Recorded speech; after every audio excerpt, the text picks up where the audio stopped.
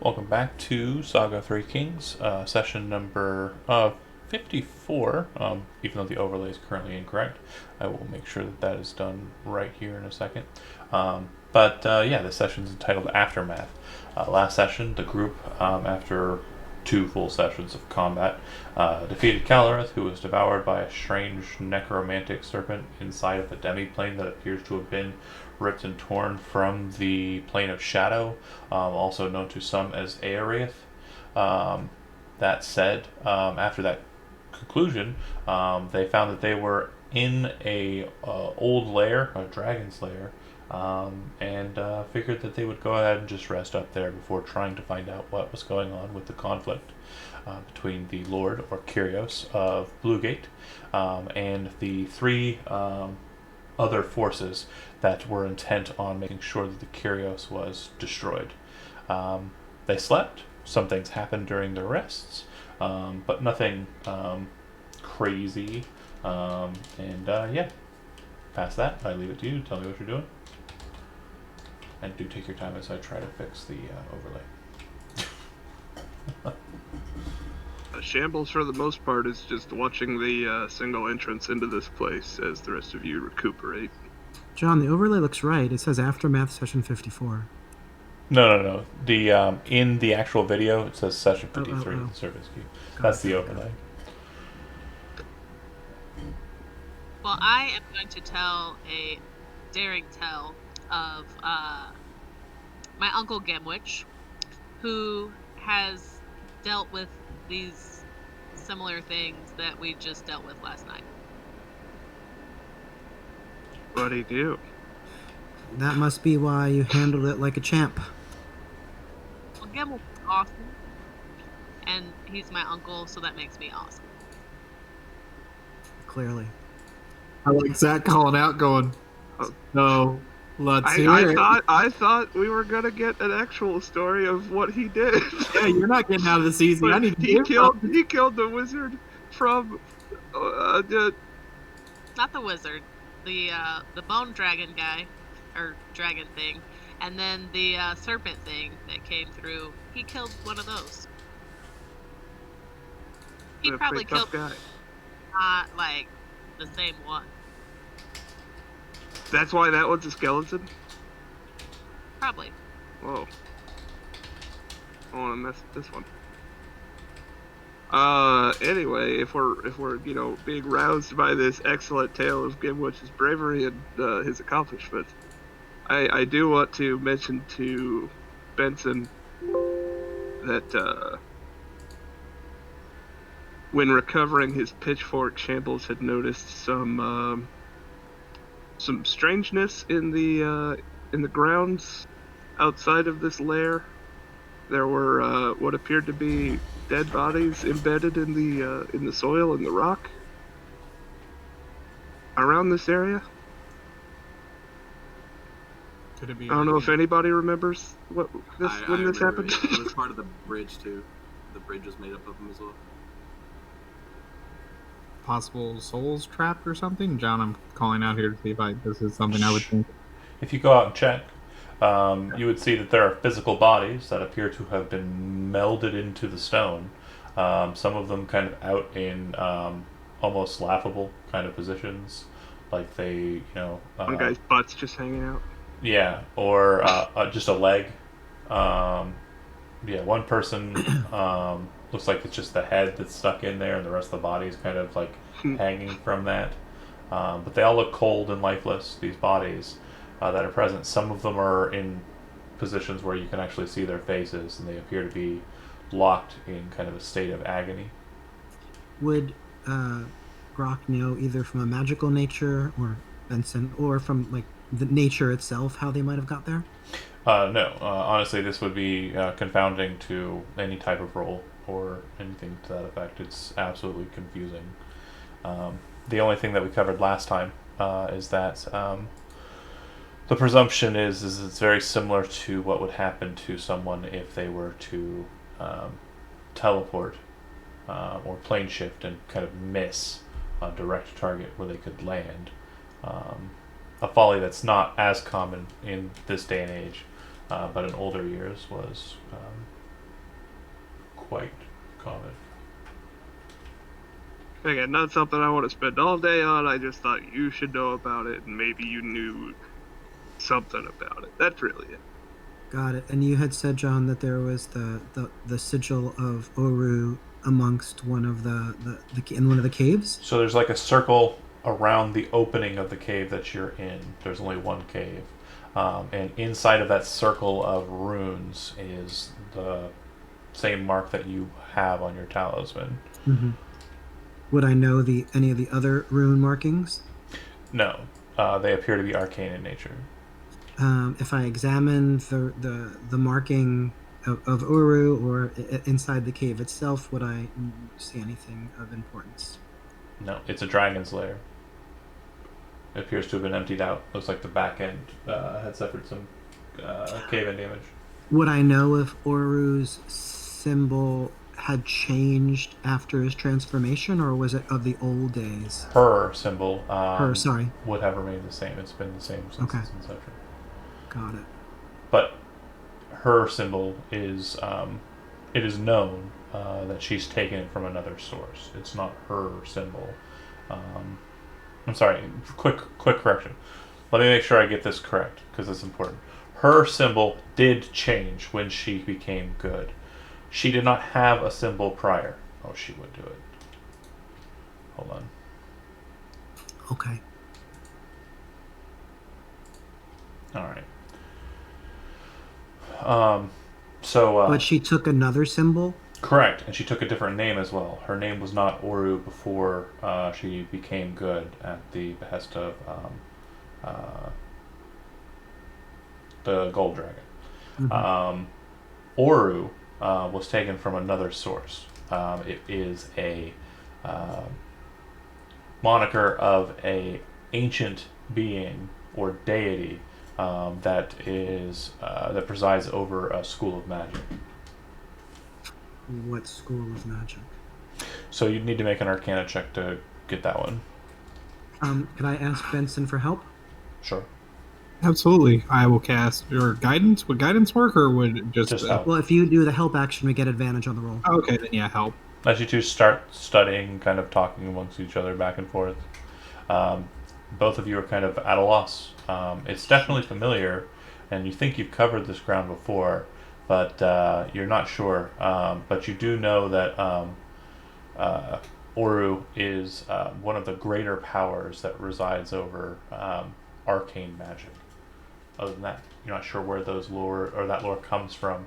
Just that it's kind of common knowledge that the one of the schools is presided over by the serpent.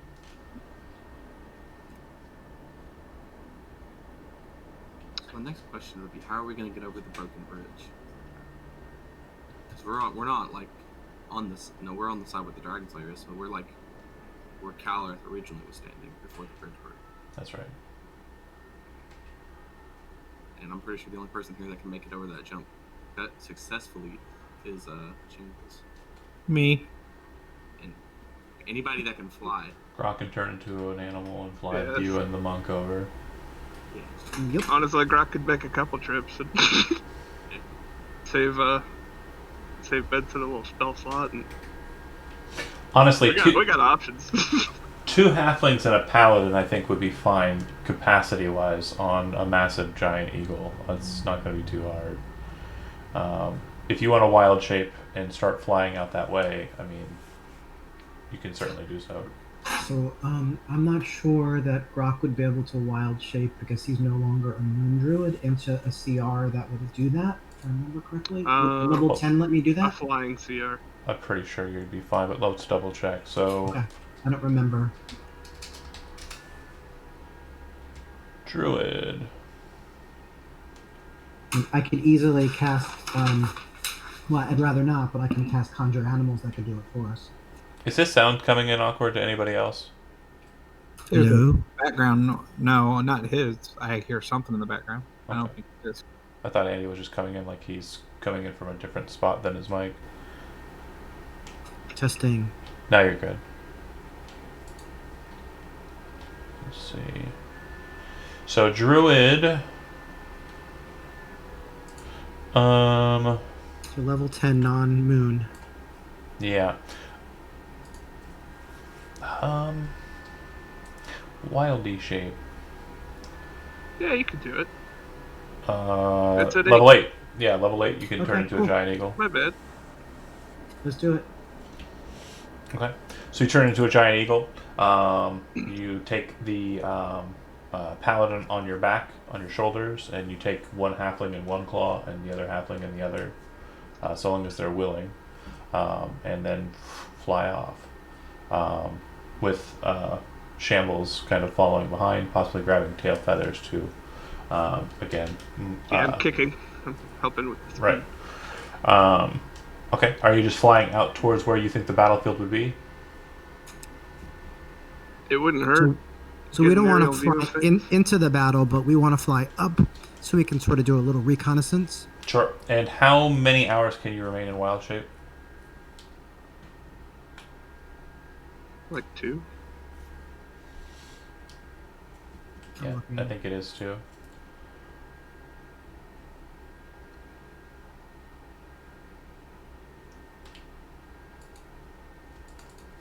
Giant eagle. Half your druid level, rounded down. So 5. 5. Yep. Okay, then you're good. Hours? Yeah, 5 hours. Then you're good. Okay, so I need 3 d20 rolls or 2 d20 rolls rather for random encounter time. Probably won't matter to you, but since you're high above it, but still important. I can do it. Okay. Oof, oof, oof, I just needed the 2, so we'll scrap off that last one. Okay, you fly. Fly. And as you kind of make your way to where you presume the battlefield would be, from this high vantage point, you could see in the Hamstring Hills what appears to be kind of a glowing beacon or light, kind of up in the hills. The color appears to be glowing as kind of a bright green, very strange, kind of eerie green. Do you wish to ignore that? Because it doesn't look like that's the battlefield. It looks like it's something separate entirely. Or do you wish to go and investigate? I mean, our job is to get to the battle, so let's do that. Okay. If you ignore it and continue on, you fly, and you would see that there's a point in the hills where 2 kind of upswells in the rock kind of seem to kind of join. The path seems to go right outside of where this would be, and you can see what looks like a massive force kind of positioned on the cliff just outside of this small little bottleneck. The force in question looks like it is probably around 200 or so strong, and you can see that the force appears to have dragon spawn, cultist types, and the like. The one thing that you would notice from your vantage point with your eagle-eyed perception is that they appear to be seeing you at your height and kind of taking note of you. Right. It looks like there is another force that has kind of centered themselves inside of the 2 kind of hills or rocky kind of outcroppings, and the force in question appears to have shields up as well as sword stabs, and they look like they're kind of entrenched defensively inside of the area there. It looks like they've formed a bottleneck to kind of defend themselves against the forces in question. He might be imagining it, but Brock senses that Rooklin's trying to wriggle free and wants to be, let go to go straight into the battle, but he's holding on a little tighter than ever. At this point, I just want to point out, there's 200 of them and there's 500 of us. That's only 40 apiece. It is better than I imagined.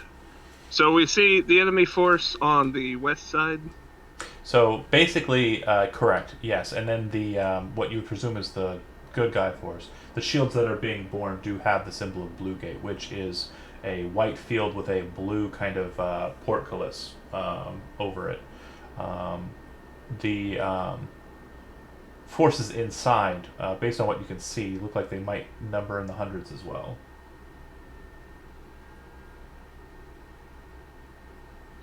So, assuming that the enemy isn't expecting help for the Curios, there's no reason they would need to pretend to be his guys to get the, to trick anybody. So it's I'm 89% sure that that's the Curious team.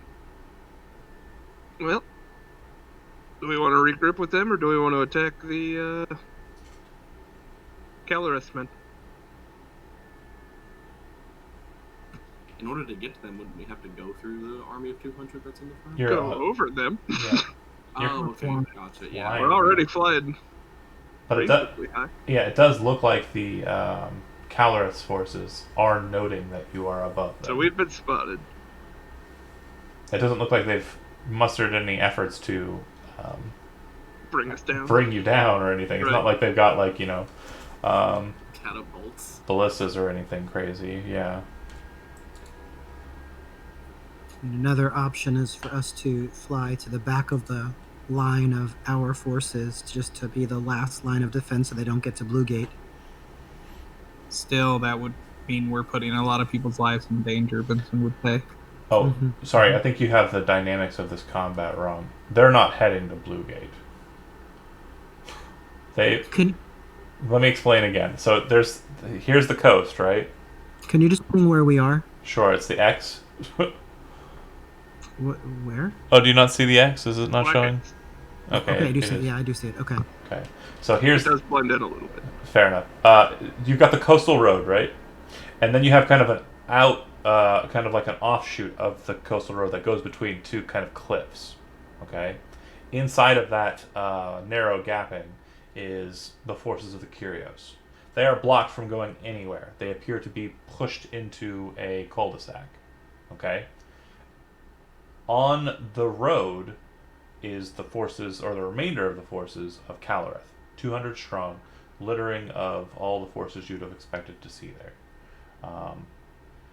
They are blocking the Curios' forces from exiting onto the road and heading back to Blue Gate. It is not the intent of those forces to go to Blue Gate because some of them came from there, if you recall. The Curios has lost his seat of power and is currently held by, last you recall, people who would allow them through, according to Darna, anyways.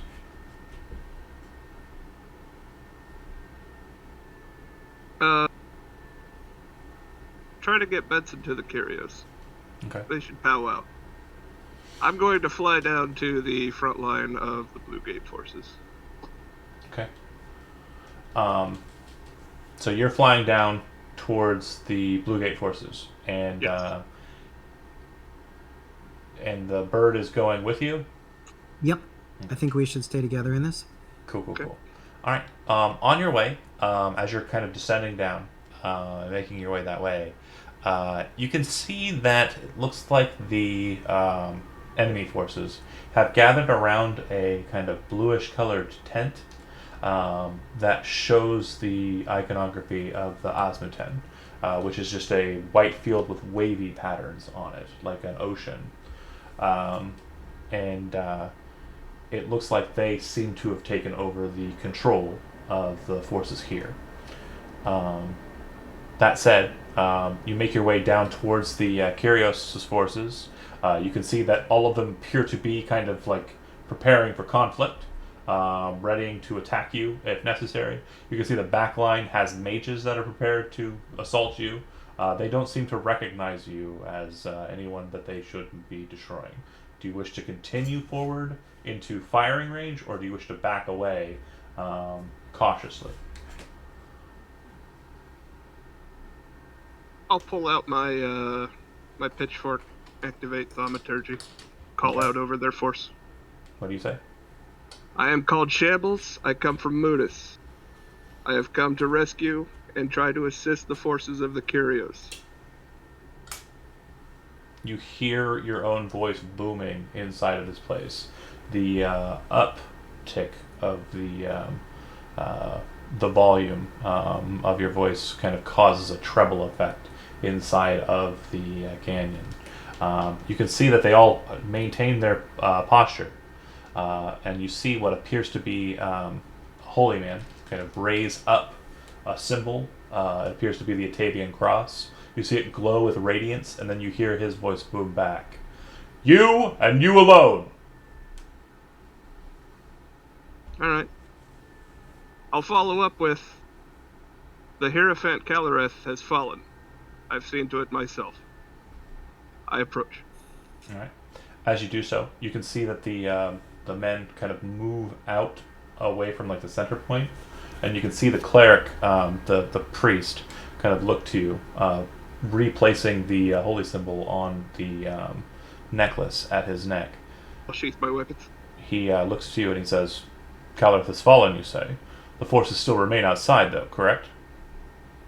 As I have seen, yes. Unfortunate. The Kyrios has been wounded. We have no means of getting him back. The wizards say that they've been cut off from the Hall of Arcana for some reason. That is beyond the knowledge possessed by me. I wish I could assist in such a matter. Indeed. I travel with a wizard myself, who is a very capable individual. I believe the Kyrios would be interested in hearing what he has to say. Also in my party is a very capable healer. They may be able to assist in saving his life. You can see a couple of mages nearby, and he looks to you again and he says, "What is the name of the mage that travels with you?" He is called the Hand of Mutis. Benson, to those who know him. Oh my gosh, Kate. There's 2 Kates. She's 2 Kate now. Kate squared. I can't keep changing the thing. Yeah, can you just log out one of those, please?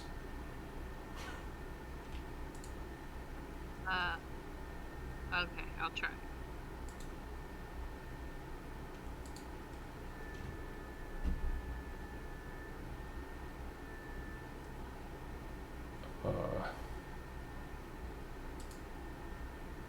Let's see. I'm gonna go ahead and kick the first one.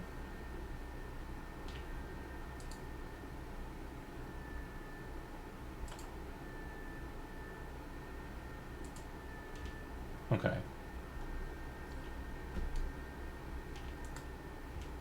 Alright. Sorry. He asked you what the mage's name is.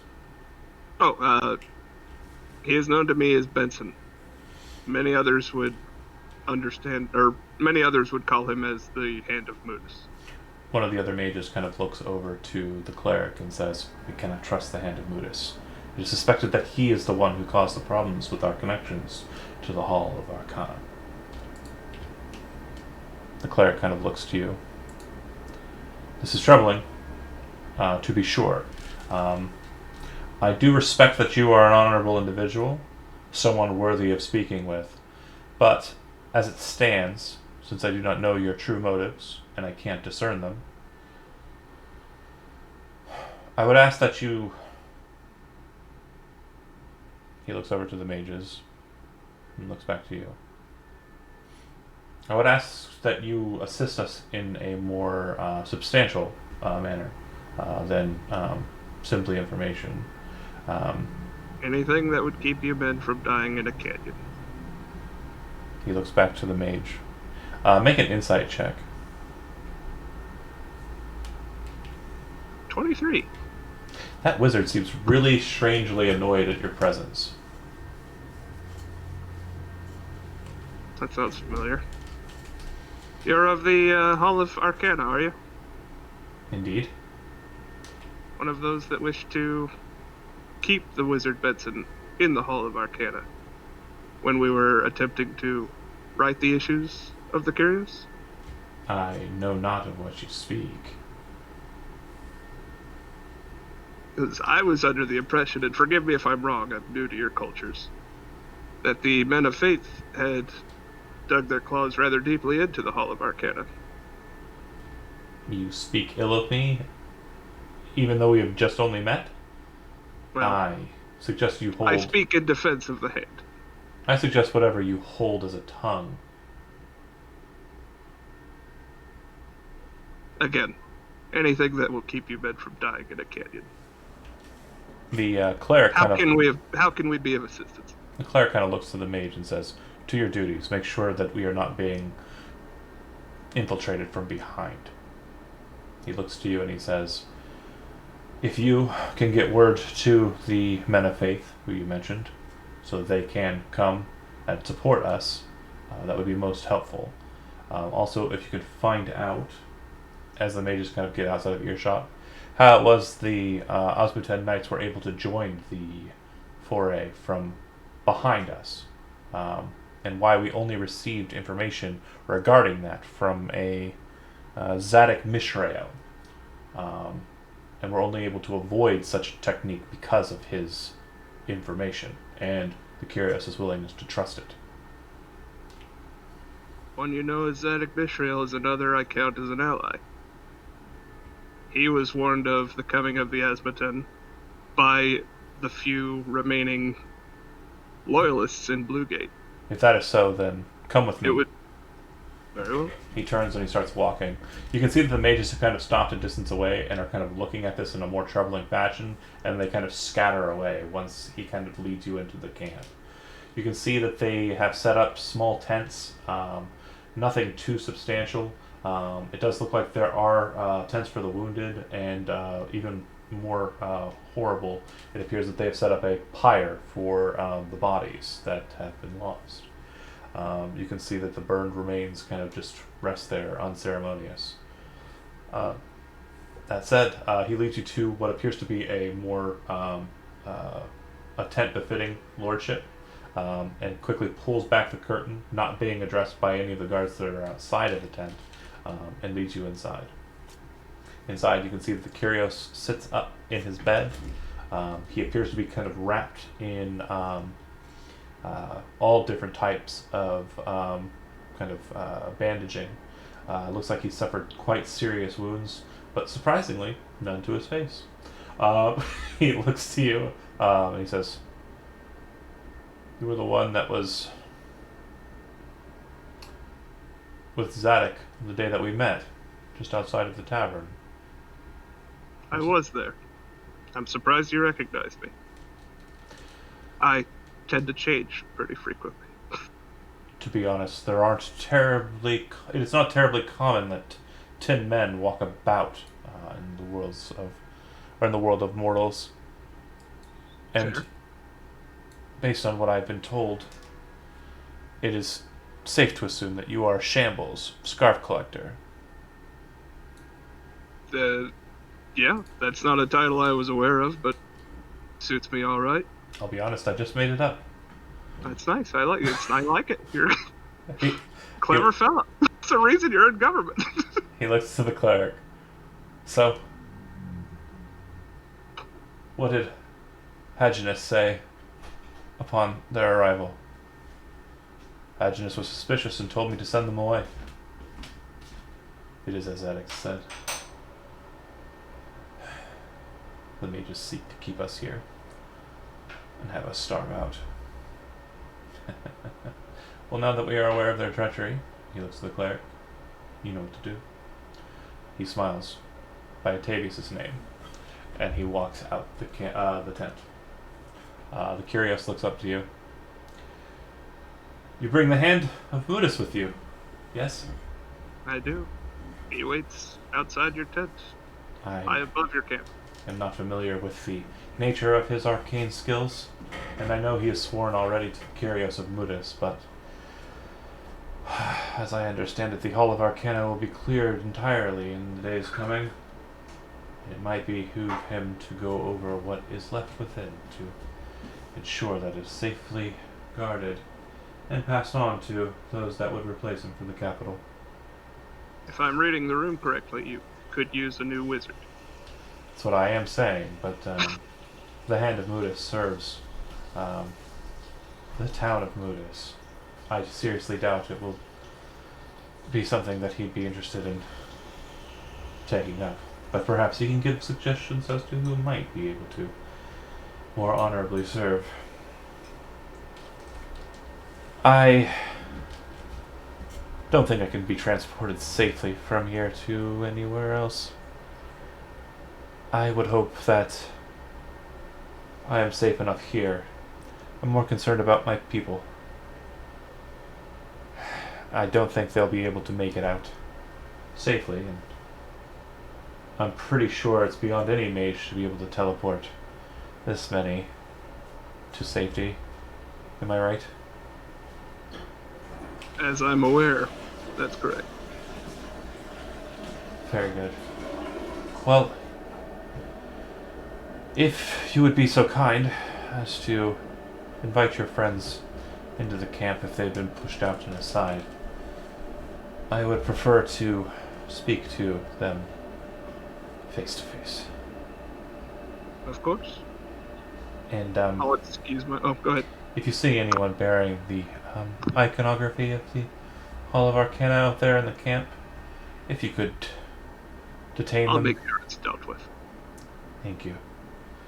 As you kind of step out of the camp, you can hear like people kind of, no, stop this! This is madness! And you can see that the cleric and his paladins are actually like putting them in shackles, arresting the members of the Hall of Arcana. You do see one try and kind of lash out with spellfire, but you can see that the paladins were basically waiting for it, standing next to him. So the second he starts to summon up the fireball, two smiting blades kind of slam into his back, throwing him down to the ground, dead. The Nice. cleric, the main priest, kind of looks over to you and kind of gives you a nod as you move through the camp. Those of you who are outside, the bird, I assume, kind of takes to circling, kind of a ways away, but close enough that you can see the front line. Is that right? Yeah, I do that for a little bit. Okay. As you're doing so, you see something kind of strange happening outside, back at the camp of the enemy. Do you wish to go and investigate that? It does seem there's some sort of kerfuffle. It seems that there's movement, and they are moving outside of their current position, blocking off the passageway here. Sure, I'm going to try to stay high enough where I would avoid fire. Okay. As you kind of ascend, halflings in hand and paladin on back, you can see what appears to be about 50 frost giants moving down the road. I was totally gonna say they have a Yay, Jeremy! From Bluegate, and you can see that the lead frost giant appears to have a swordsman kind of on his shoulder as they move towards those forces. You can see that they join combat very quickly. The frost giants slamming into the forces of Galareth. You can see that the Osmuten Knights start to disband their tents and start to retreat, as do a number of Dragonspawn, all in kind of different directions, kind of a scattering of the forces, as mainly cultists, some Dragonspawn, and kind of just regular, human forces remain fighting the Frost Giants and very quickly, tellingly, losing that combat. Do you wish to do anything while you're ascendant? Would it be obvious to the other side that this is happening? I mean, these things are huge, right? Yeah. They definitely seem to notice that they're routing the opponent, for sure. But, there's definitely some who have a wall of kind of dying people to kind of guard their retreat. Some are making it into the hills, some are making it down the road, is what I'm saying. Is there any sign of Raya? No. Oh, wow, okay. I'm surprised. He's out of town, Andy. He's not even here, man. I know. Well, I mean, if we see him in the distance, not like we can get to him. Yeah, actually, I would want to go and join back up with Shambles. Okay. So, Shambles, you get side of the camp looking for your friends, and there's really nothing to see because they aren't present. And then you see the bird coming back into the canyonway, and you can see across the canyonway, it does look like there's something going on outside that's kind of combat-like. The bird comes flying towards you and lands. Paladin, dropping the halflings gently before landing on feet. Nicarios is in this larger tent here. He needs medical attention and he needs to speak to Benson right away. Well, from what you can tell, it's not so much that he needs medical attention. It's his wounds appear to be well treated. It's more of an exhaustion kind of thing, or some wounds are story deeper. beat kind of thing. Yeah, some wounds are deeper than magical healing can cover. Got it. So he doesn't have any kind of disease or anything like that? Nope, just fantasy wounded.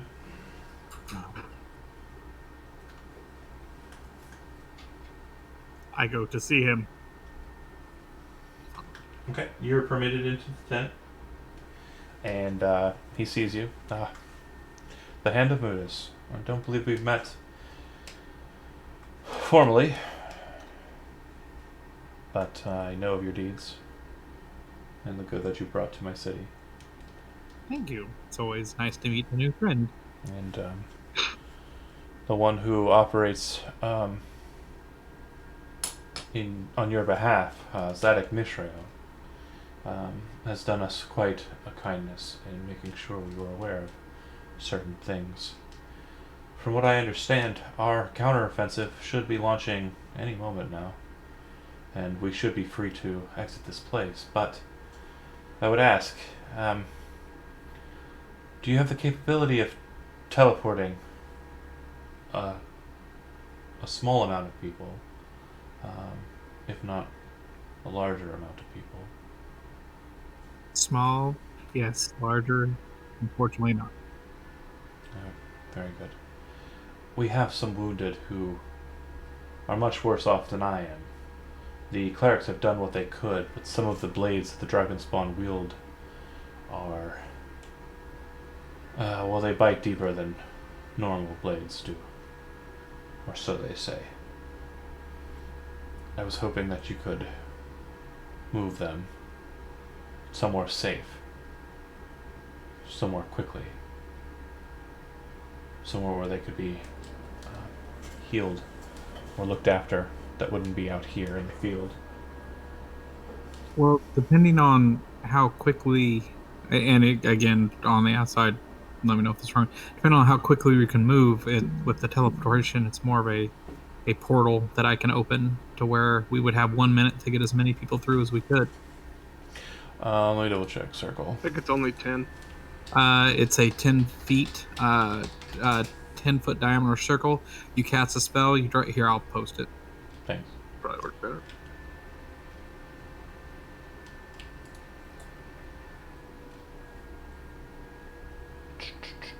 Yeah, it's a short door.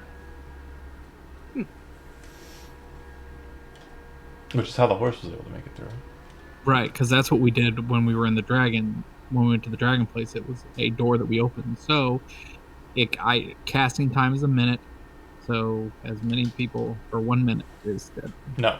How many people can get through in one turn? You cast the spell, it takes 1 minute to do so, it lasts for one round. Okay. Duration's one round. Okay, I will see that. That Okay. could still be a good chunk of people. Yeah. We have about 8 that are well wounded. That shouldn't be an issue at all. We can have them on stretchers and have them run through as quickly as possible, and then along with. Well, might. it's also a 10-foot diameter circle. I mean, you can just clump everybody in, cast it, and everyone... Draw the circle around them. Yeah. Yeah. Yes, that would be great. From what I understand from our mages, although I will state that they have not been forthcoming, you would have noted as you all went through that there weren't any mages present that you were able to see in the camp. But he says they haven't been terribly forthcoming with the right information, but from what I understand, the Hall of Arcana is currently blocked to teleportation. I would ask if you could teleport them to the nearby town of Purple Light, or if you know how to take them anywhere else that might be somewhere where they could get aid. It would be most helpful. But if what the mages say is true, then I don't think you can bring them back to the city immediately. Yes, first is to get them out of the area to get them help. So I believe Purple Light would probably be our best bet as long as the people there are still able to help. Wherever you think would be wisest, yes, that would be great. I just need the 8 that I'm asking, the 8 that are still wounded and have not fallen prey to their wounds were some of the number that helped protect me when the fighting was at its most pitched. So, the reason I still live and draw breath is because of that. So, whatever reward you so deem is necessary, I will pay Oh, it. we will have a talk. I actually have something in mind, but it will be something we need to talk about later. If it regards the matter of the Hall of Arcana, then yes, we will have to have a very long discussion regarding it. Yeah. Yeah. He kind of looks at you with the same kind of... okay. If It's you gonna could, cost you a fucking library. if you could move with haste and ensure that they are taken care of, the cleric outside should be able to instruct you as to where that tent is located. Very good. I try to hurry out and help as quick as possible. Anybody else going with Benson? You Sorry. are muted. Anybody else going with Benson? I'm gonna kind of poke around through our encampment here, make sure there aren't any bear wizards, Okay. mages, what have you. Yep. So you'll note that they've all been kind of taken towards about the same location that Benson's currently heading to. They appear to all have been put into manacles with their hands kind of wrapped with leather straps. And it looks like they've been gagged as well. It appears that they understand how wizards work. You can see that there are a couple of pouches kind of thrown to the ground, kind of random bits of pepper and bat guano kind of laying on the dirt. Looks like they were torn from belts and tossed to the ground. I'm satisfied. I'll keep an eye on Benson. Brent keeps talking like he thinks he's not muted. No, I'm talking to myself. Oh, okay. Yeah. Having a good time doing it. Fair When I enough. say like certain things, I reassure myself and say it. And I'm like, yeah, that's my brain needs to keep something working, okay? Otherwise, I'll just forget everything. Understandable. Brock would go with Shambles and Benson just to make sure that if he could help at all with the wounded. Okay. So you head that way. Darna, what are you doing once you get into the camp? I am just trying to blend into the background and find out what's going on here. Okay. Yeah, if you want to go ahead and just make a charisma check as you kind of socially move through the camp, occasionally poking in with a question, you can go ahead and do so. 13. All right. So you would know that they've been fighting for the past couple of days, 3 or 4 days. You're not sure which, and some of them don't either. They were attacked, but they were made aware of the three-prong assault and were able to stop the dragon spawn from descending upon their backs, and the Azmuten coming up from the road behind them. So they entered into this cave, which was made known to them by Zadok Mishrael.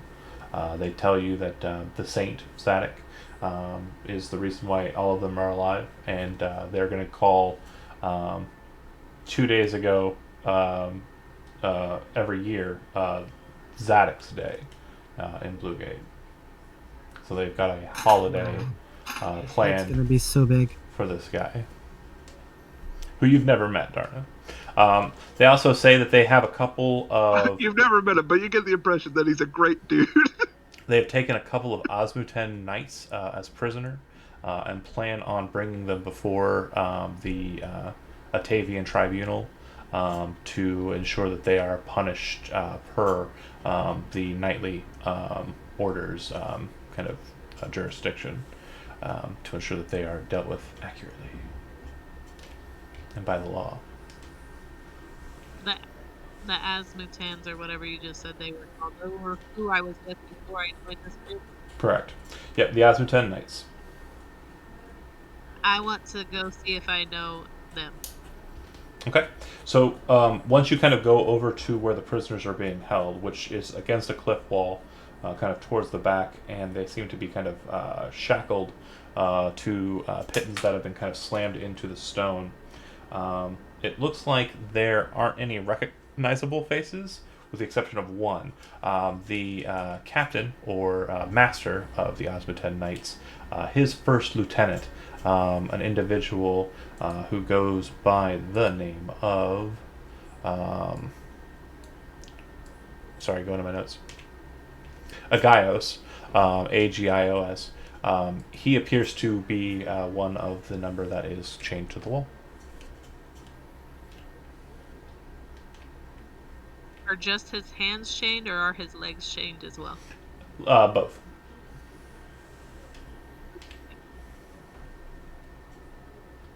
What'd you say?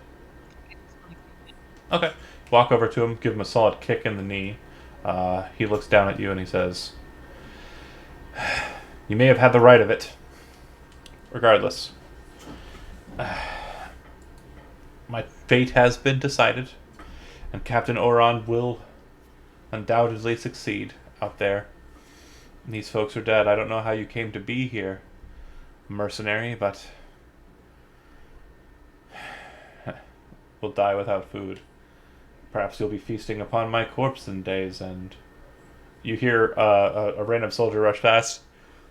We're saved! The frost giants are killing them outside the gates! You see the look on his face go from like cocky to like complete sheet white and just kind of looking down at you like, but yeah, in the camp you can start hearing that word of what's happening outside is kind of taking root. And Benson, Grok, you make it over to the tent. There are 8 individuals. They appear to all be kind of, sturdy individuals. The cuts that have been kind of torn into them, you can make medicine checks if you'd like. Okay.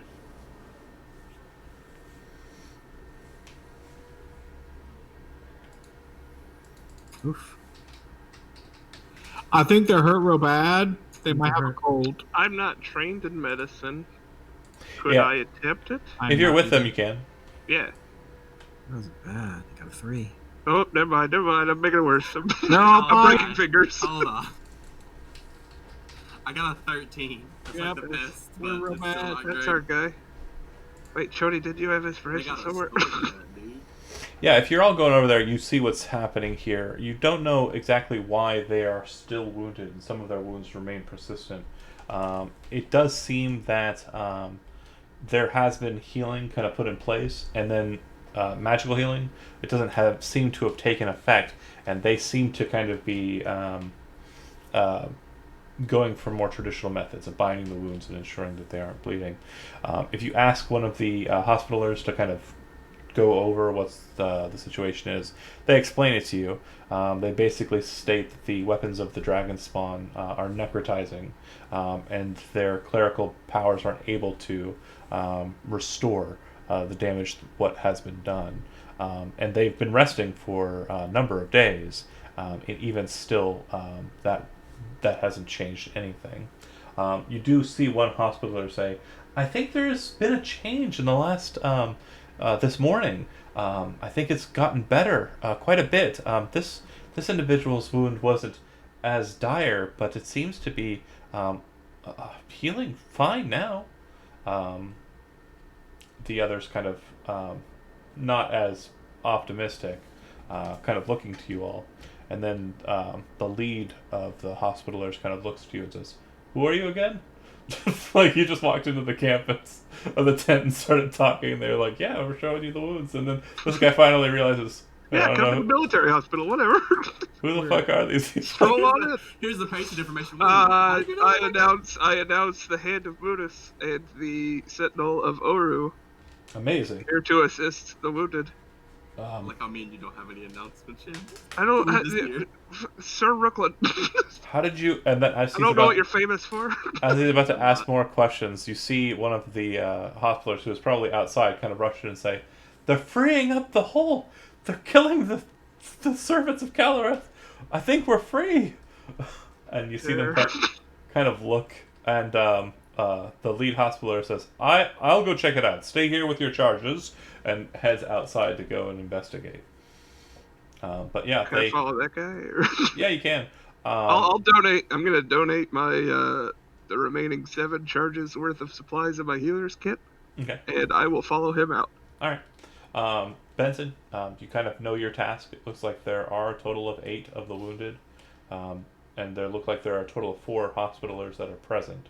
Do you want to start directing them, or do you want to not? Yes, I want to start getting them ready for to transport the patients. Make sure the patients are secured and able. We basically go over the what we're going to be doing, and then also send someone out for to go to the leader and talk to him about who else he would want to send, and let them know the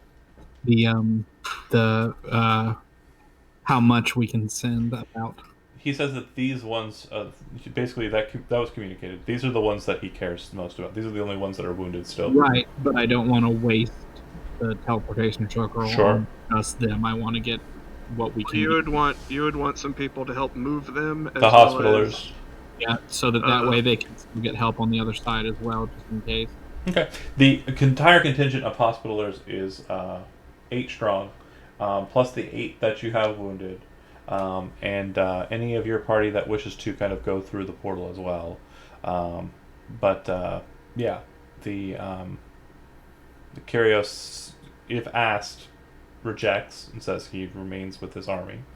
He will not flee them, only unto death. But he sends everyone else out and about. You want to just take those, and where are you heading?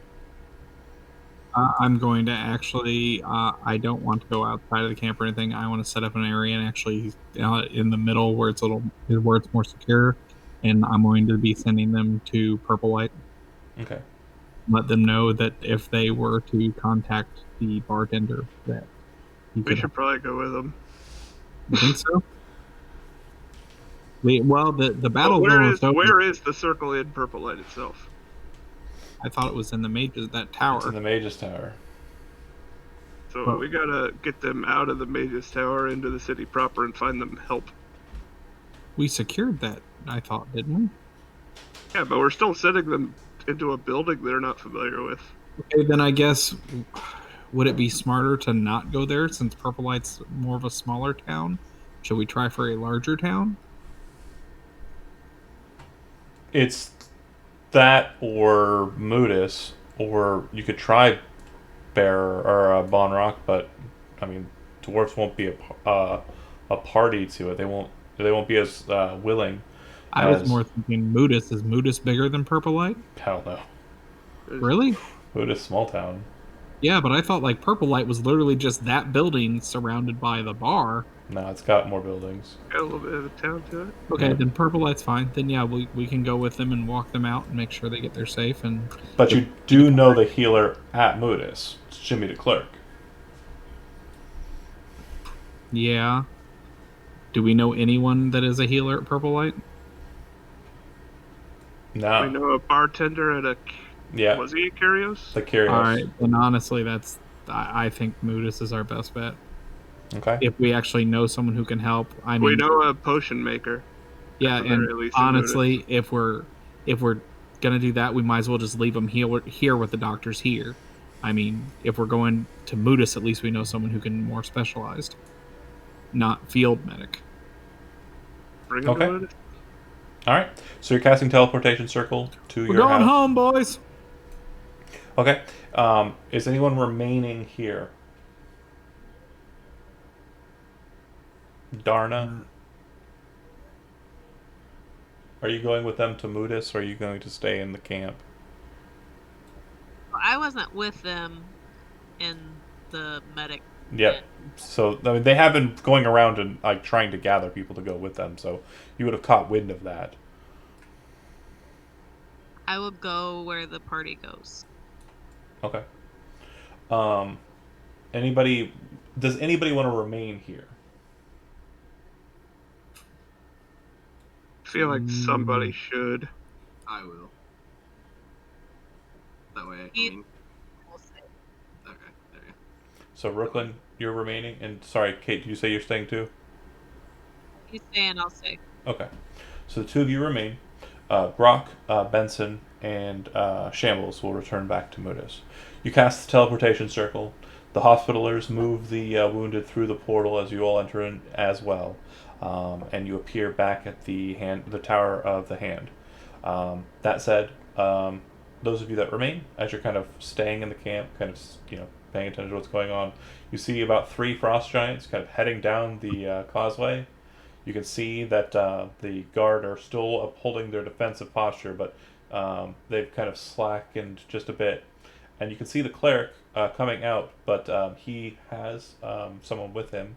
The Kyrios appears to be kind of walking on a makeshift kind of cane or staff, and wounded as he is, while he was in the bed, it looked not as bad as it actually is. It appears to be a lot worse. One of his legs is kind of battered, and appears to be kind of covered with splints, and it looks like he is in pain coming out, but sees those that are approaching. You see Donovan jump down from shoulder to hand, and then hand to floor. He starts walking towards the Kyrios. "My liege," Donovan says, looks over to Rooklyn, and then over to Darna. Looks back to Rooklyn. "You were traveling with Raya, correct?" Yeah. Yeah, I thought you looked familiar. Have we met? Yeah, we fought actually together at least a couple times. Yeah, I remember now. Up on the mountain.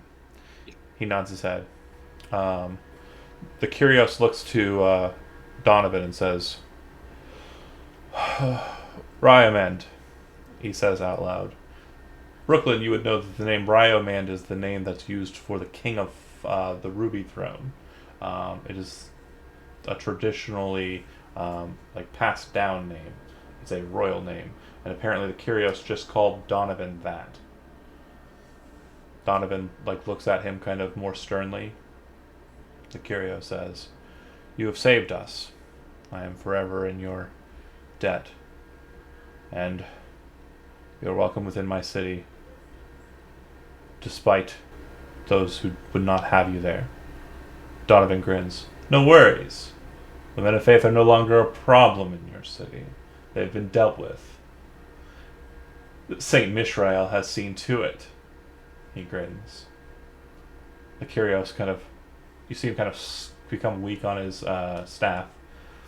And Donovan says, "You do not need to treat with me any longer. We will make sure that yours are ready to move out in time and be guarded by the assistance I have brought with me from Vashwindir." He looks over to Rooklyn and to Darna. "If you two would help me ensure that the matter outside is properly dealt with, I do have some desires that might get away from me." Is Shambles about? No, he went with the Hand of Mudas to take the injured to a safe place. Damn it. He's probably the only one who could probably catch up with them. He's really fast. He shrugs. I'm really fast? Are you now? I'm sorry, we haven't met. I'm Donovan.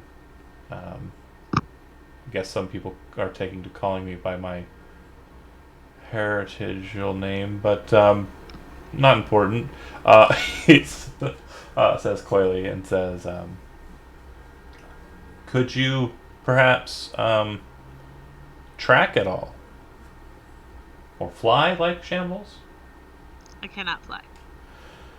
"They may be beyond us then. No matter. It's fine.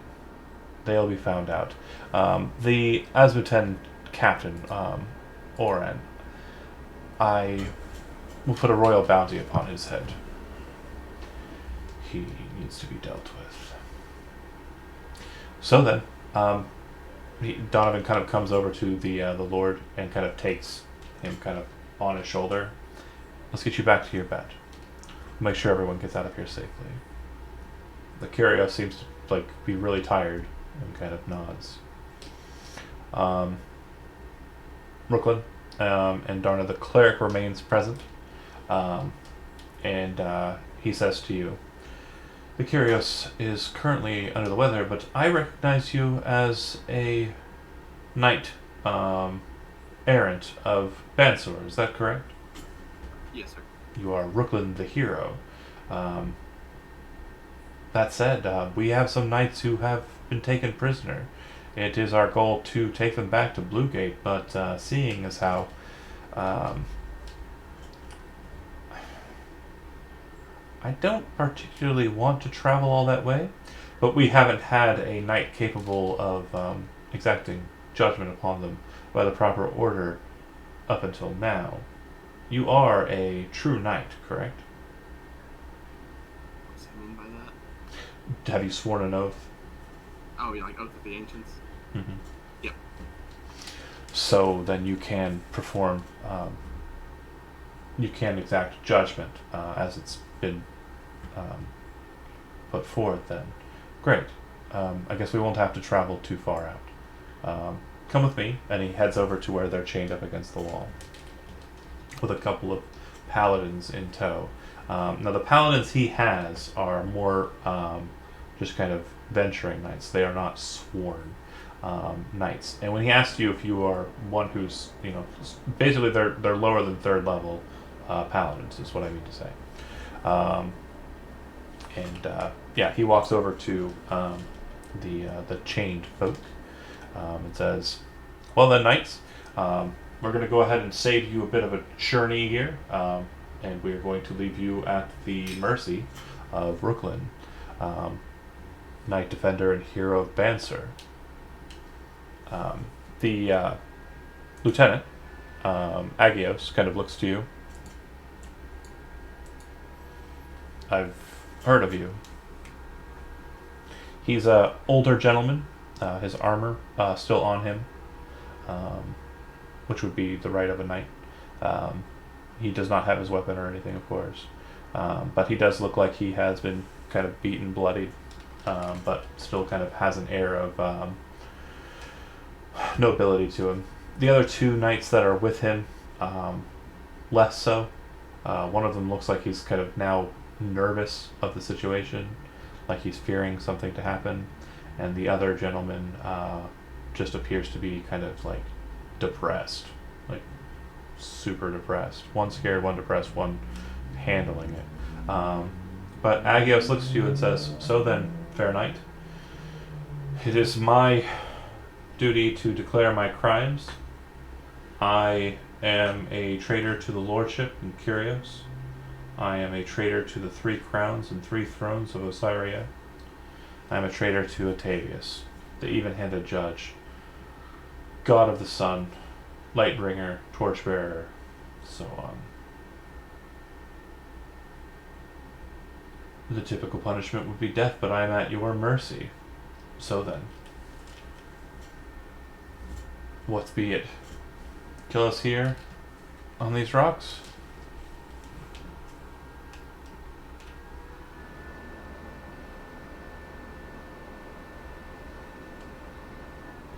Considering as much as you have done, the typical judgment is going to have to be death.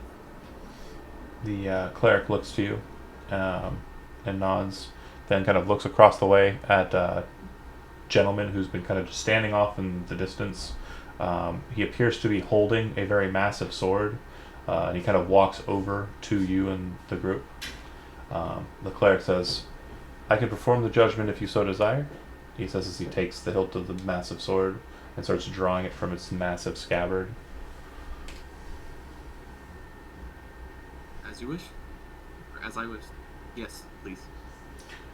My words are not good today, guys. Don't worry about it. The weapon in question That's fantastic. is about a 3.5 foot long blade with about a 10-inch long hilt. It has no point. It's completely kind of rounded at the edge. You would know that this is a sword of mercy, and you're not terribly familiar with Atavian religion, but the sword of mercy is basically specifically for this purpose.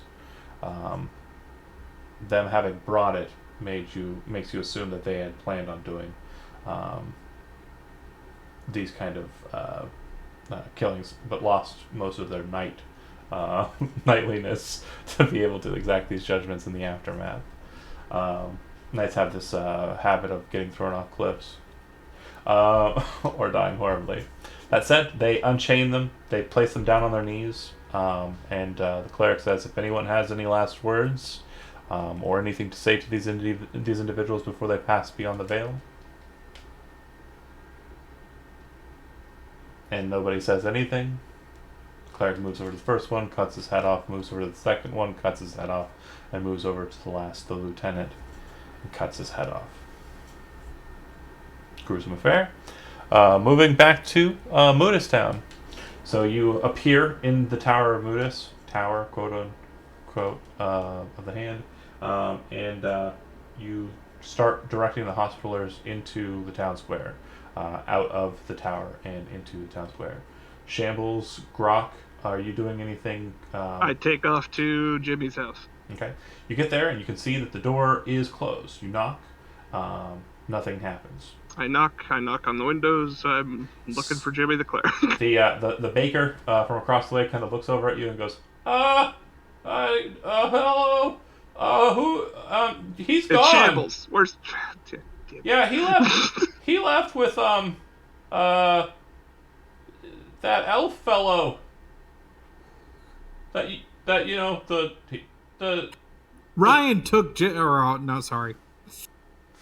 Yeah, he left. The angsty guy? Yeah, he's real angsty. He's something else. Yeah. All right. Do you know any other medical professionals? The Kyrios has a cleric and hospitalers on hand. I don't have any money on me. I have a platinum. I throw him a platinum. I said, I have wounded men that will need to eat very soon. Prepare as much food as you can. And I take off to the Kyrios. He goes back into his. You can see the freaking smoke going out of his stacks. I better hear every oven fired up. Yeah. Oh, holy crap. That's it. All I had are these like. These Octavian crosses that are worth like 100 apiece, and then 3 platinum. The hospitalers were kind of moving into the town square. You bolted ahead to Jimmy DeClerc to kind of pull him towards the middle and kind of meet in the middle ground. But you're able to get back before they make it to the town square and redirect them towards the Kyrios' manor on the north side of town. Kind of trundling along that way, you can see that the Kyrios' guard is kind of moving towards you. It looks like the Kyrios has his retinue, and he's also among their number. And he kind of approaches and he says, "What is the meaning of this infiltration? Is Grok with you?" With Shambles? I'm sure he's like jogging up the road a little ways by. Yeah. If you want, sure. If you're present there, he goes, what is the meaning of this, Sentinel? I'm assisting my companion who's trying to help the wounded. Wounded? Are we under attack again? Who are these folks? They have the iconography of Bluegate. There is a battle, but we've come from Bluegate to assist them here. You see him kind of do one of these, and he goes, Benson! Looking over the throng of people, seeing the halfling. Sorry, I didn't see you. Come on! I have a... It's a long story. I have an infirmary in my house. You're muted. I am not. You're muted. Am I? I have an infirmary in my house, he says, leading you to the Kyrios' manor. They take residence. The hospitaler there tells the individuals, you weren't able to identify this? This is pretty common wounding. This is White's blade. Looks like you have it well in hand. That I'm glad to see that your expertise is so great. I was going to say we don't need to be pushing here. Well, it's been a long day, Mister. the hospital. Sorry, I had to work for the Kyrios. The hospitaler seems to be kind of like older and kind of. She seems to be kind of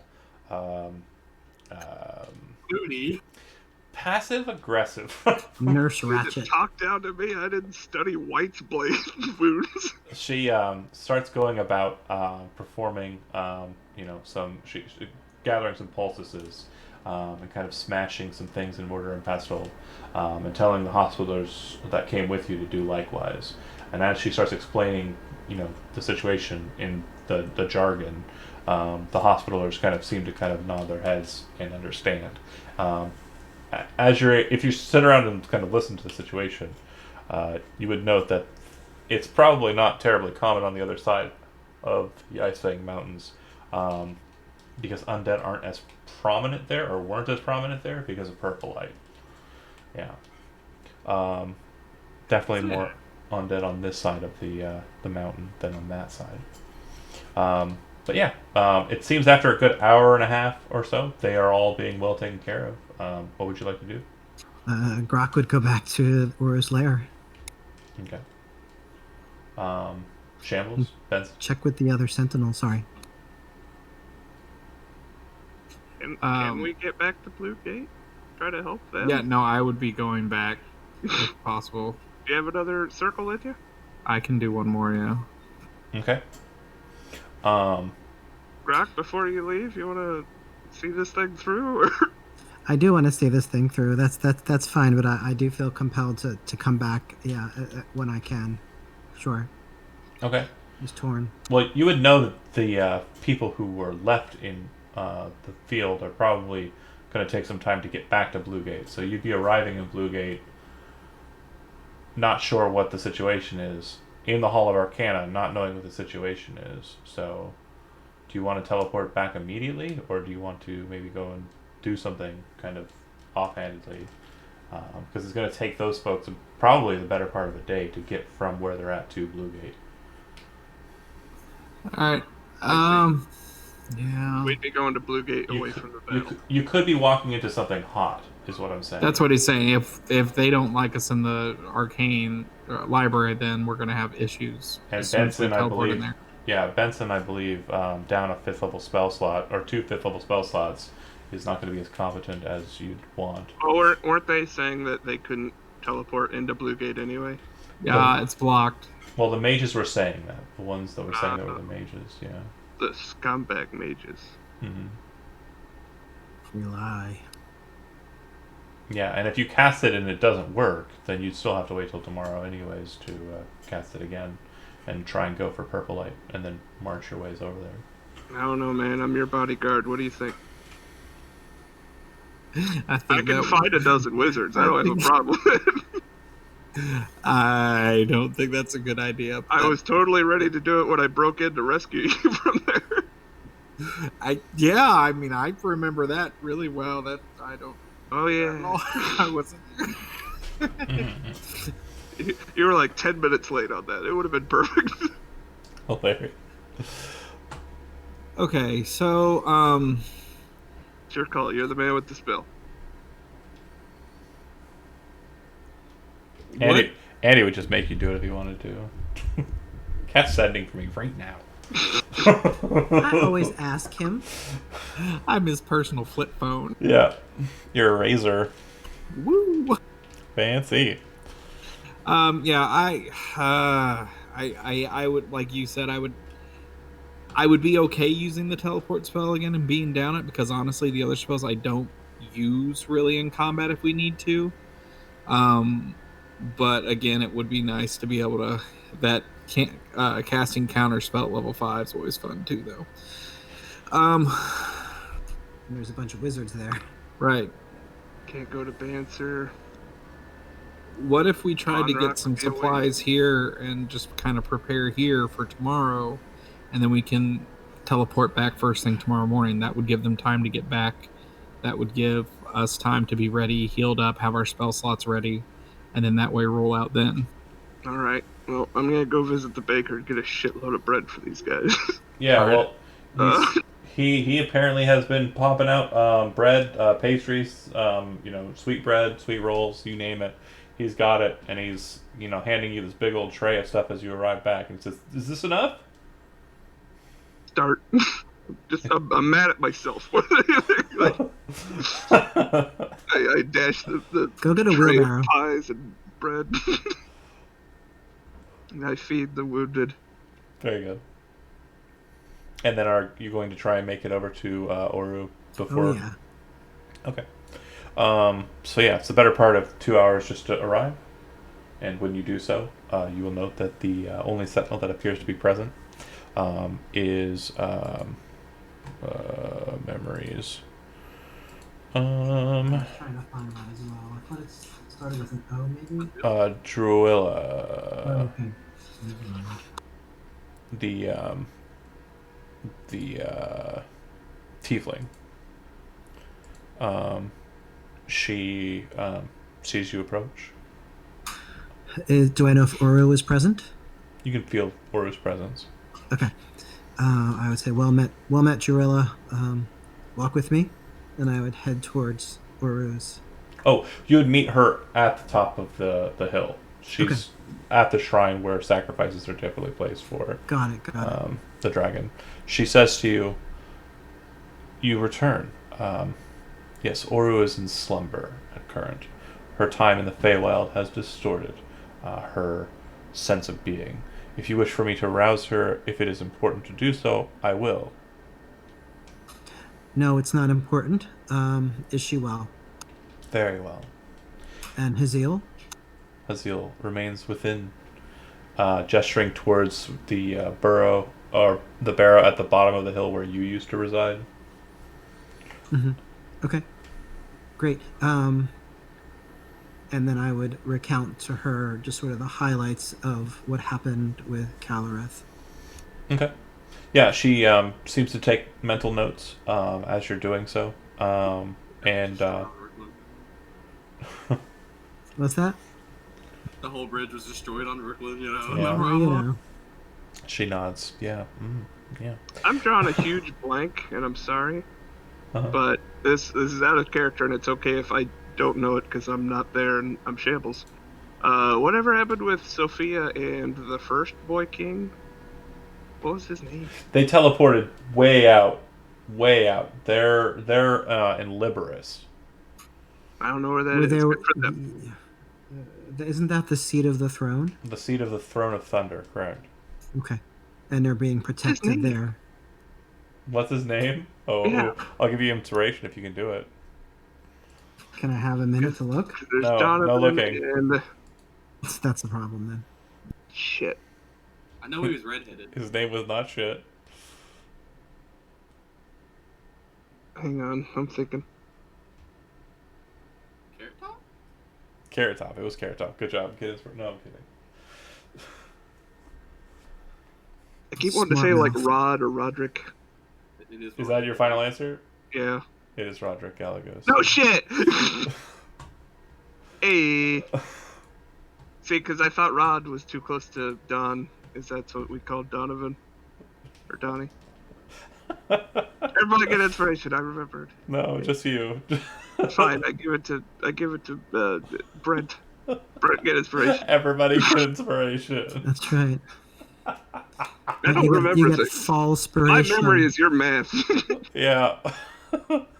The perfect pair. So, that said, yeah. And then he would walk down to see if Haziel is there. Yep, so there appears to be a massive bird kind of residing inside of the barrow. It appears to have been opened up more fully to allow for the bird to exit and enter. But the place is not enterable, as it's completely just hot. You can actually see discoloration in the stone from the heat of the firebird. So he would stand outside, he would kneel down, and he would say, "Thank you, Haziel, for your gift. It allowed us to defeat Calareth." It replies. Okay, so obviously none of this is a big deal. I was hoping to get something more, but that's cool. He's going to head back. Can I get some more feathers, though? It was really dope that you gave me a feather. No, I wasn't asking bro, for can I more just, feathers. like, I was shave your asking feathers for off more real fast? than, yeah. See ya. All right. The Haziel seems to be very contented in. Cool. He's going to head back to Benson's house. Okay. Do you ask about the other sentinels from Drula at all? Sure. All right. She states that Talith is headed south into the Varen's woods. There apparently was a issue. The dwarves had requested assistance from the sentinels, and she has made her way into the Varen's woods to deal with it. according to what the dwarves had said, they had been assaulted near the western entrance to their city by a six-headed serpent. Is that my pet, Xandor the Destroyer? She would state that that is where Talith has gone, and she went with Ballerina. Or Ballerina went with her, rather. So Talos and Ballerina did this. Yeah, Ballerina's the paladin, and it's her. Sorry, Drualis, not Druala, is the name of the tiefling. Sorry. So Ballerina is the paladin, and Talos is what? Talith is the barbarian. Oh, right. And am I familiar with a six-headed serpent? Sounds like a hydra. Got it. But yeah, that's Drualis. This is Talith. And this is Ballerina. Oh, wow. Nice. Do they require assistance? They left 6 days ago, and they have not returned as yet. The presumption is that it would have taken 4 days to arrive where they were headed. 3 days to arrive where they're headed. So the matter must be more complicated than a simple day's worth of an affair. Right. Thank you for that information. Of course. And to designate it on your map more fully, the western entrance of the Dwarven city is here. Did you see that ping? No, do again, please. Seeing it? No. We're all South and east. Everybody's pinging. Probably your. Oh, I see it. I see it. No, I had to move the map way to the east. Yeah. Yeah. That's where the entrance is for the Dwarven city. Okay. All right. And then you head back. Those of you who are in Moodus, Benson, you're just taking the day. What are you planning on doing for the day? Making the greatest cup of tea I have had in a long time, because I haven't had good tea in a long time. Okay. And once you do so, you kind of are just kind of sitting there. Oh, no. While I'm having my tea, I am writing up a rough draft of a contract. I am brainstorming about how and the best way to change or get them to change the arcane library in Bluegate into a university for teaching magic for those who are not as privileged or who want to learn how to use it. Okay.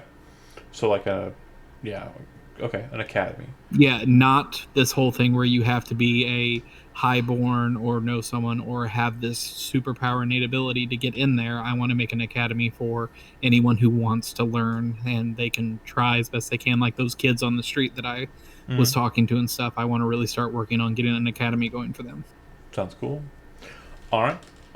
That's what you're doing for the afternoon. And Shambles, it sounds like you're feeding pastries to wounded folk. Is there anything else you want to pop out to do?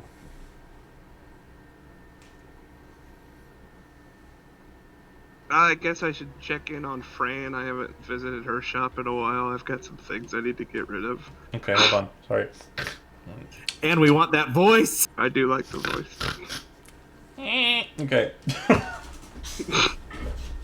Just give me a Mr. Sheffield real quick. Mr. Sheffield! Not bad.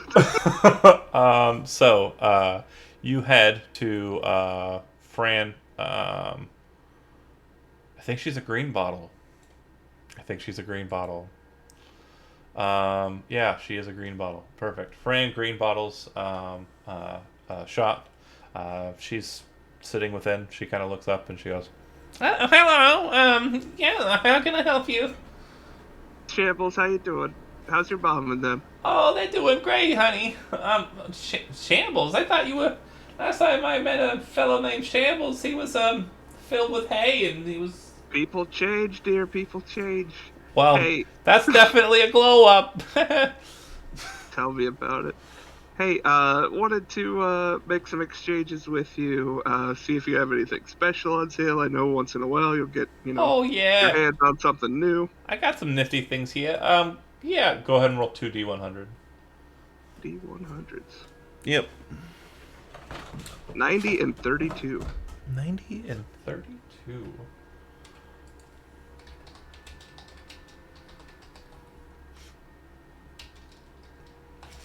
One second.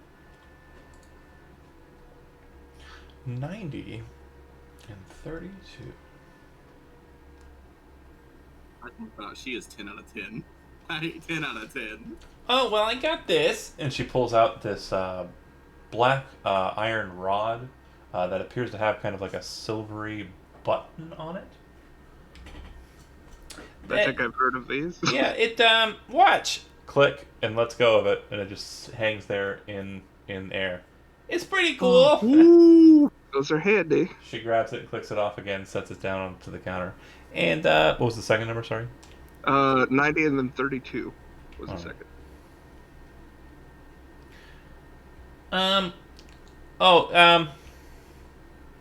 Wrong chart. Wrong chart. What was it?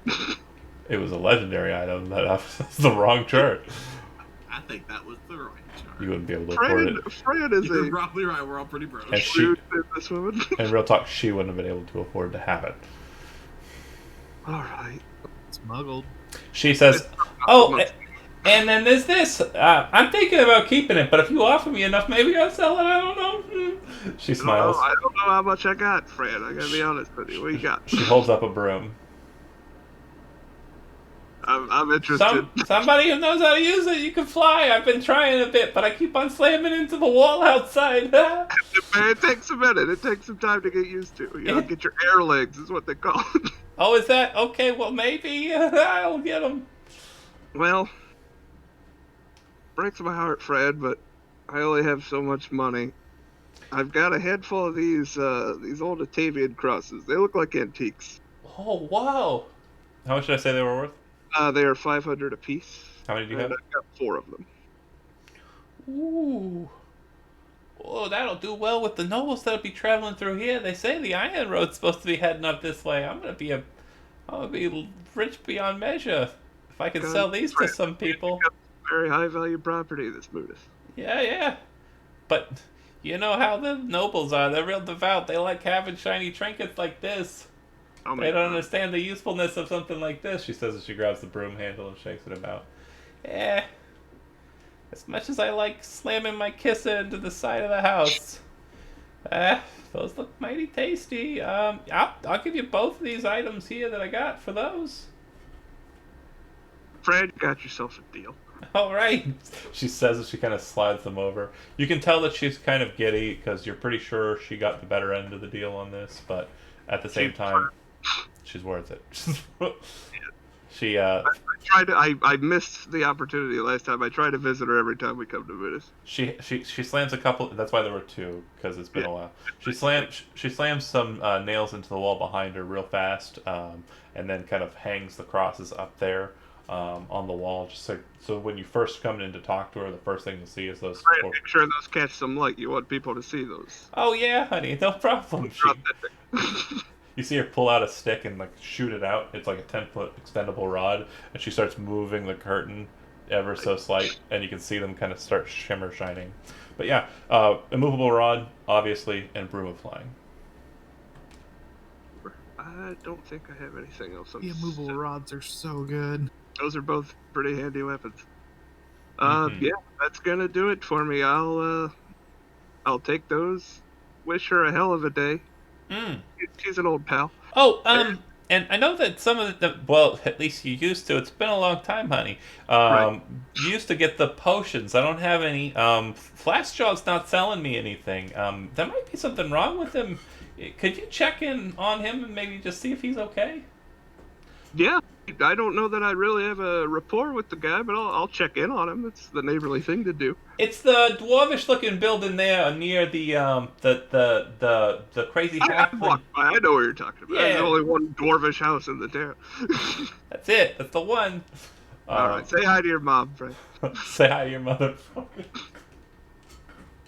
God, I'm not giving you. He's dating. I'm not Jimmy giving. the cleric. I'm not giving you inspiration again. Fine, give it to Andy. Not happening. But if you head over to Elrond Flashjaws, you would knock on the door. The dwarf would open the door, looking at you and kind of say, "Yeah." Hey, bud. I don't know that we've met. Apologies. I'm Shambles. I work for the Hand of Mutis. Benson, the wizard up the road? He's not really. He doesn't seem to be listening to you. He's just kind of looking up at you. Yeah, I know. I'm a dwarven artifact now. How'd you get out of the city? Walked mostly. I do some flying. Flying? Yeah, I'm a newer model. Huh. A new OS. Wait, why are you here? Oh, Fran up the road? Yeah, sure. Green Bottle. That's her name. She was concerned about you. You hadn't. Oh shit! She just wants her shipment. You could probably carry a lot. I throw it back a couple days ago. Kind of points to a barrel and to a box. Can you take those over to her? Kind of shakes some coins out of his coin purse and raises them up. It's a silver and a copper. Man, it's the least I can do, happily. All right, thanks. Tell her I'm all right, but if she happens to come across any moon milk, like she had a couple days ago, or a couple 6 days ago, if she could send that over my way. Absolutely. Anything I can do. Really cools out the flare and lower back. You sure you're okay, bud? Yep. All right. Check. It's a pretty massive barrel, and the box appears to be similar to the potions stylings that you've seen before. And if you scoop those on up, they are pretty heavy. Your strength is what, a 10? It isn't high, but I have what's it? You can carry more as a juggernaut. Yeah. Yeah. Okay. So it's still. I'll get it there eventually. It's still a bit laborious, but you do manage to get it over to her, and she appreciates you. I've got a flying broom and an immovable rod. I'm sure I could figure some way to get these over there. The immovable rod's not going to help because it's immovable, and you're wanting. It's a fulcrum. I can angle things over it. Fair enough. Come on. Hey. And he could set it so that the supplies don't fall off the broom. Exactly. But then the broom would go, and the immovable rod would remain. It's immovable, Chody. Not movable. Anyway. It was a good try, buddy. Back at the camp, Darna and Rooklyn, the camp seems to be on the move. A number of frost giants are assisting. It looks like some of them are carrying the supplies and gear therein. It looks like another one of them take up the mages that were placed to shackles and kind of move them out to the kind of forefront. The Kyrios has a basically his bed has been makeshift changed into kind of palanquin, which is being kind of just carried by one frost giant. And kind of move that, or two frost giants rather, being moved that way.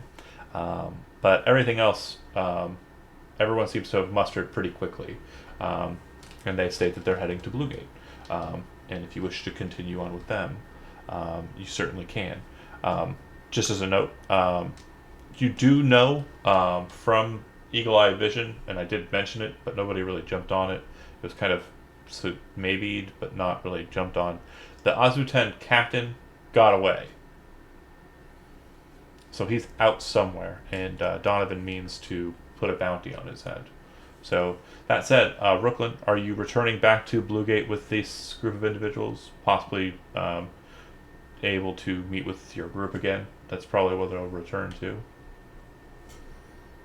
Probably the best, but that bounty does sound pretty good. Yeah. I mean, you could certainly try for that. I mean, it might be a more of a time investment than anything else. Darna, do you wish to return to the city of Bluegate or abscond? I will talk with Rooklyn to see what he's wanting to do, because I hate the captain and I want him dead, and I Okay. like the money. Okay. If And I nothing, tell him that. Well, if you're really that intent on it, we can try to find him. Brooklyn kind of knowing the situation, like it's one guy, um, for you mentally, and it does sound like your group is kind of remustering back at Bluegate. So you know that this is going to be a time-consuming matter. You might want to re-posture and then kind of head off in that direction. Also, out of character note, it could be something that Darna goes on her own to investigate. It could be a lead out and possible lead back in if they do go and try and find Oren. Entirely up to you guys. That said, if you head back to Bluegate, mulling over the idea of going and getting the captain, it's pretty safe travels. But the very first thing you kind of note is the Kyrio says, "Let's deal with them here," and looks to Donovan and says, "By order of the Kyrios of the city of Bluegate, these individuals have performed treason against the lordship and against the crown of the Azerite throne. I sentence them to death, and I demand that the king perform the judgment." And everyone around kind of goes, "The king?" Donovan draws the sword and raises it skyward, and you see everyone just drop to their knees immediately. Donovan kind of smiles and looks over at the frost giants, who do not kneel, and they are holding the one that's holding the mages. Donovan says something in giant up to the giant, and the giant then turns around and baseball pitches the first mage straight into the cliff face. And you just watch as he splats against it. Everyone becomes completely shocked at this confoundingly horrific execution. And then Donovan goes, "Oh, sorry, hold on," and then says something else in giant, which sounds very close to what he just said.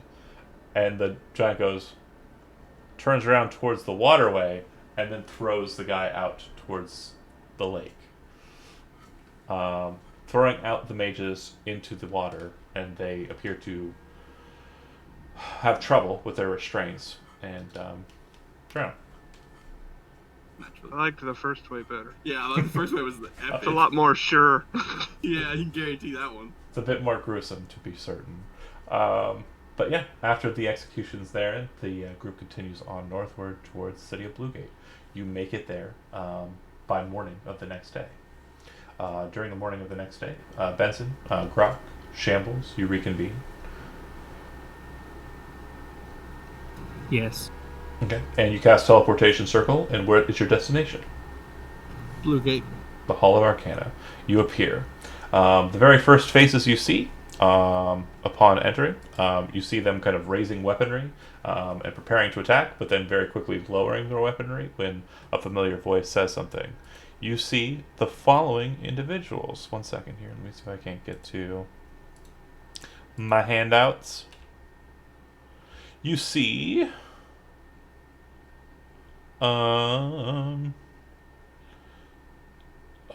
you see the bartender for the bar at Modus. You see a woman who the R cubed would recognize as being one of the people who traveled with you to go and deal with the job that you side quested on, Saga Kanzaki, and sorry, the bartender. Where he at though? There he is, Demos. By the way, the barkeep of the Beefy Batter, which is the name of the town's in tap room. And you also see Jimmy DeClerc. And Jimmy says, "No, wait! It's the hand!" Only he says it in the accent that's correct. I need the accent. It's No, needed. it's the hand. No, wait, it's the hand! Yeah, there we go. What are you all doing? Oh, wait. And Demo says, "Raya said that they'd be alone." I don't remember ever seeing Demos before. Demos has been pretty nonchalantly the barkeep of the bar in Modus. The only person he was important to was Raya up until this point. It's got his whole underground thing. Yeah. I've been to the bar. I don't remember. I have memory. I never mentioned him as being noted, other than he had a hat. You're a scarecrow and you don't remember things very well. It's fair. That's funny. Thank you. Kanzaki, 10 out of 10. Kanzaki says, Shambles. Raya's currently detained and won't be available, but he said to make sure you understood, looking to Benson, the hall is yours. You got arrested again. Detained? No, busy. Predisposed? Oh, I just figured, yeah, it worked out more logically the other way. Demos kind of cuts in and he says, actually, the person who is incarcerating people in this town right now and has the power to do so would be Raya. So, I'd be mindful. Interesting. Oh, I was blowing up. He said, I'd be mindful of your snark. But he doesn't, he seems to be kind of like in jest saying it. Oh, I would smile about it. I mean, yeah. Eyes are rolled. Yeah. So, very good. Very good here. We need to have a talk with the Curios. How is he doing? Is he well? Is he still making it? To our knowledge, has not arrived. We have not received any notice that he has done so as of yet. You would have arrived first thing in the morning. They will be arriving kind of mid-morning. Good. They should be along shortly then. Jimmy, we were actually looking for you back home. We had some soldiers that we brought from the field to be healed, but you apparently were predisposed as well. Demo says something, kind of in a weird tongue. It kind of sounds like, Merlot? I know what he says. You don't, actually. Doesn't matter. The ring? Really? Doesn't understand Argot. And you see individual kind of come over and go, yes? And he appears to be one of the mages of the Hall of Arcana. Kind of like, yes? Kind of nervously looking to everyone. And he says, well, go on with it. And he kind of nods. Okay. And Jimmy DeClerc says, well, guess I'll go and check it out. I don't know why I'm Australian now, but I am. Ah, everybody who's certainly changes to Australian for some reason in my game. What a guy. The mage pulls out a scroll and seems to cast teleportation circle from it, ruining the scroll and sending Jimmy DeClerc back to Modus. Demos says, only got one left, so... Hold it. We wouldn't want to waste good knowledge. So yeah, if we need to cast it again, I'll more than happily cast it for you, so we don't have to use a scroll. Oh, great. Well, we're still here. We remain to make sure that our forces can move in and out. We've been burning through these scrolls pretty readily, though. Can we please put a bit of a hold? I think that things have calmed down, so I think we should be good. Great. Just so you know, there are Mardigans who are currently patrolling the town proper, feel free. They have been made aware that you should be arriving and understand a bit about what you would look like. So, town's yours. But the hall is yours, Benson. Demos kind of nods and kind of heads away. Kanzaki kind of looks to Shambles. Again, kind of just gives them a nod. Grok, Shambles, Benson, are you heading into the town? Are you remaining here? Do I know Kansaki? Yeah, she was with Raya when you did the assassination side quest and created R cubed. Okay. She was not mentioned very heavily. Okay. To anyone besides Jeremy. This is literally the most historical moment to ever happen in any of John's games. R-Cube being created. Okay. Not correct, but... I mean, I was going to say, I've heard a lot of Noog and things like that for pretty historical for John's games. For Jeremy, I guess, sure. You guys are not even close to cool moments in my campaign settings. But that said, Calorathine was pretty dope. That was pretty dope. Brock would stay with Benson. Okay. I would ask them to spread the word that I need all available mages to be ready to meet here in 2 days. We would like to have a meeting together. They point to the guy that they addressed as Murlop. Just him? There are no other mages in this city. And he better watch his ass. Okay. In a day or two, I would like to meet with you, and we're gonna sit down, have a talk, and we're gonna talk about what's going on here and how we can make this better. He says, "Yes, that is absolutely my wish. My name is Gilliam. I am That was Moloch. no. They call me Murlop. It's a slur, I think, in their secret tongue." We don't need a slur for you. You seem great. You can see Demos kind of looking at him side-eyed. They came into the city and murdered all of the mages at the command of. You can see Demos kind of like touching the hilt of a dagger, and Murlop stops talking. Kind of looks to you. I am at your service. There will be no more need for murdering. You will be fine. You will be protected. And I just kind of look at the guys and be like, "We'll be protected. It'll be fine. Everything will be running smoothly soon enough." Great, Demos says. And you don't see Gilliam respond at all. Like he's completely quiet now. If he was, like I said, if he was trying to side eye stuff, I'm going to kind of look away from it. I just want him to know, hey, we're cool. Right. Don't need to kill anybody, but He's also, over here playing good cop. Yeah, I get what you're doing. Fair enough. Shambles, are you remaining with Brock and them here, or are you gonna go back into the city and see if? I do need to go thank the women in the Commons house. Yeah.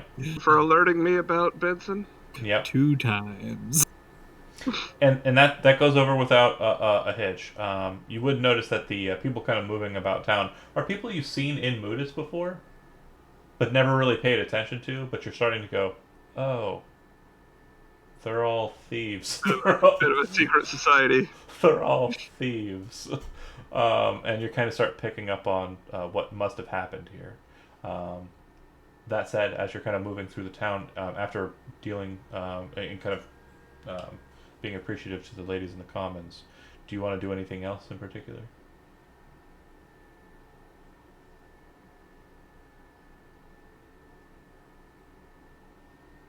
No?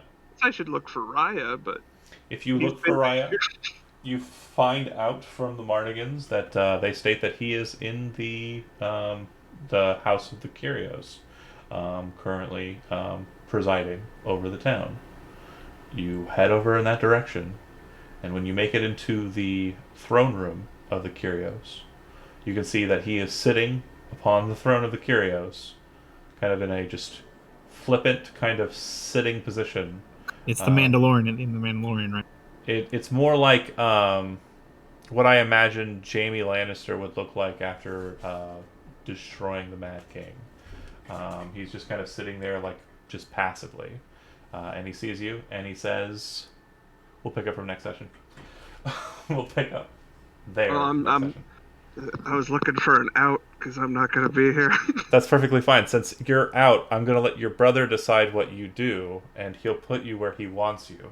That's fair. All right. Thanks for watching. We're That going to go seems ahead super dangerous. and That's funny. all right. Trying to kill the stream.